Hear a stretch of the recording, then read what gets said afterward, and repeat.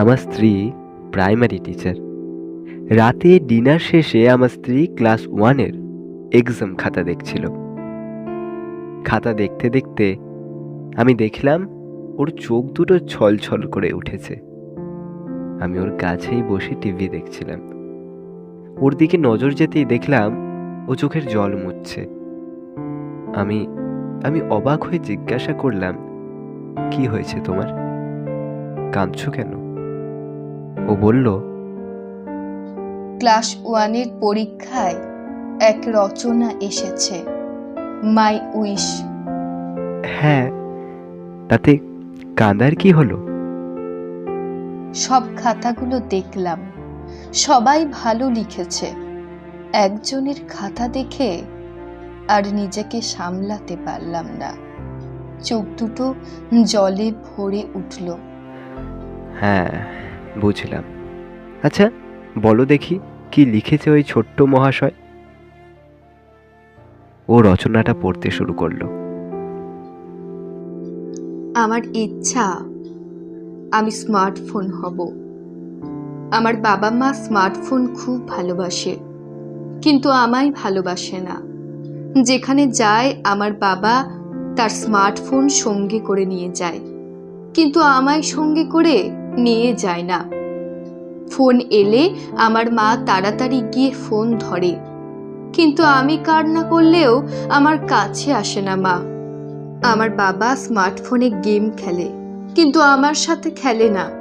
আমি বাবাকে বলি, আমায় একটু কোলে নাও না বাবা, কিন্তু বাবা আমায় কোলে নেয় না। স্মার্টফোনটাই সবসময় বাবার কোলে থাকে। মাকে গিয়ে বলি, মা মা চলো না আমার সাথে একটু খেলবে, কিন্তু আমার মা আমার উপর রেগে গিয়ে বলে, দেখতে পাচ্ছিস না আমি এখন তোর মামার সাথে চ্যাটে কথা বলছি। আমার বাবা মা রোজ স্মার্টফোনটাকে যত্ন করে মোছামুছি করে, কিন্তু আমায় একটু আদর করে না। আমার মা যখন বাবার সাথে ফোনে কথা বলে, তখন মা স্মার্টফোনে বাবাকে চুমু দেয়, কিন্তু আমায় একদিনও চুমু দেয়নি মা। আমার বাবা মাথার কাছে স্মার্টফোনকে নিয়ে ঘুমায়, কিন্তু আমায় কোনোদিনও জড়িয়ে ধরে ঘুমায় না।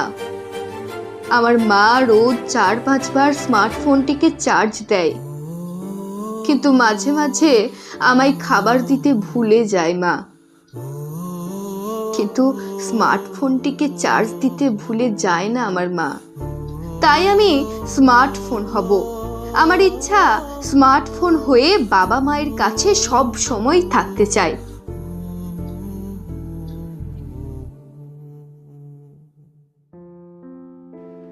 স্ত্রীর মুখে লেখাটা শোনার পর খুব আবেগপ্রবণ হয়ে উঠলাম। আমি ওকে জিজ্ঞাসা করলাম, কে লিখেছে এই রচনা? আমাদের সন্তান। আমি স্তব্ধ হয়ে বসে রইলাম কিছুক্ষণ। অনেক কিছুই ভেবে চলেছি। আমার আর আমার স্ত্রীর চোখে তখন জলের ধারা নামতে শুরু করেছে।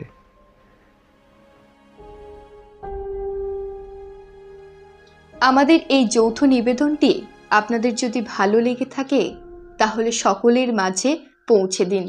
ধন্যবাদ।